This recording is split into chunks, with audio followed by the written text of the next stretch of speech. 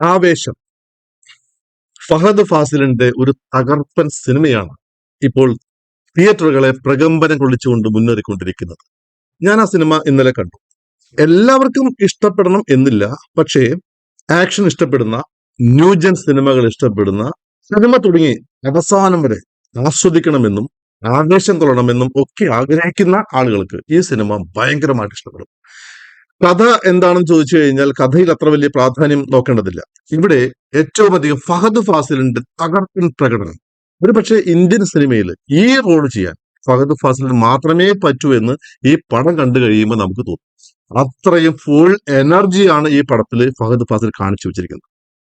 അദ്ദേഹത്തിന്റെ dance, dialogue delivery ചെയ്യുന്ന രീതി, അതുപോലെ ഒരു എക്സെൻട്രിക് ആയിട്ടുള്ള മനുഷ്യൻ എങ്ങനെയാണ് പെരുമാറുന്നത്, ആദ്യം മുതൽ അവസാനം വരെ പ്രത്യേക ബോഡി ലാംഗ്വേജ്, മുഖത്തെ ഭാവങ്ങൾ എല്ലാം തന്നെ വളരെ പ്രത്യേകതയായിട്ട് അദ്ദേഹത്തിന്റെ പല കഥാപാത്രങ്ങളിലും മുന്നുണ്ടായിരുന്ന അഭിനയ ശൈലിയല്ല, വളരെ വ്യത്യസ്തമായ ശൈലിയിൽ ഈ കഥാപാത്രത്തെ എക്സെൻട്രിക് ആയിട്ടുള്ള ഒരു പ്രത്യേക സ്വഭാവ വിശേഷങ്ങളുള്ള ഈ കഥാപാത്രത്തെ ഭയങ്കരമായിട്ട് തകർത്ത് അഭിനയിച്ച് ഫലിപ്പിച്ചിരിക്കുന്നു.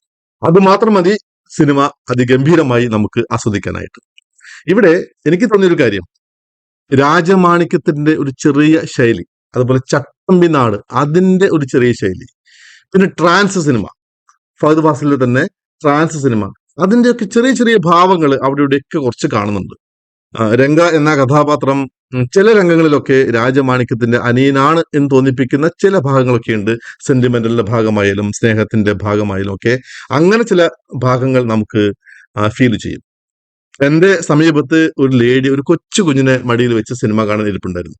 അവര് പരിസരം മറന്നുകൊണ്ട് കൊച്ചു മടിയിലുണ്ട് എന്നുള്ള ചിന്തയൊക്കെ മാറ്റി വെച്ചുകൊണ്ട് അവര് ഇടയ്ക്ക് മറ്റുള്ള ആളുകൾ കൂവുമ്പോൾ ആവേശം കൊണ്ട് കൂവി മറയ്ക്കുകയായിരുന്നു.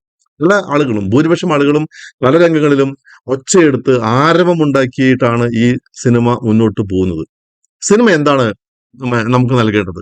നമ്മുടെ ടെൻഷൻ എല്ലാം അകറ്റി കുറച്ച് സമയം എല്ലാം മറന്നുകൊണ്ട് ആസ്വദിക്കുന്ന ഒരു അനുഭവം, അത് സിനിമ നൽകണം.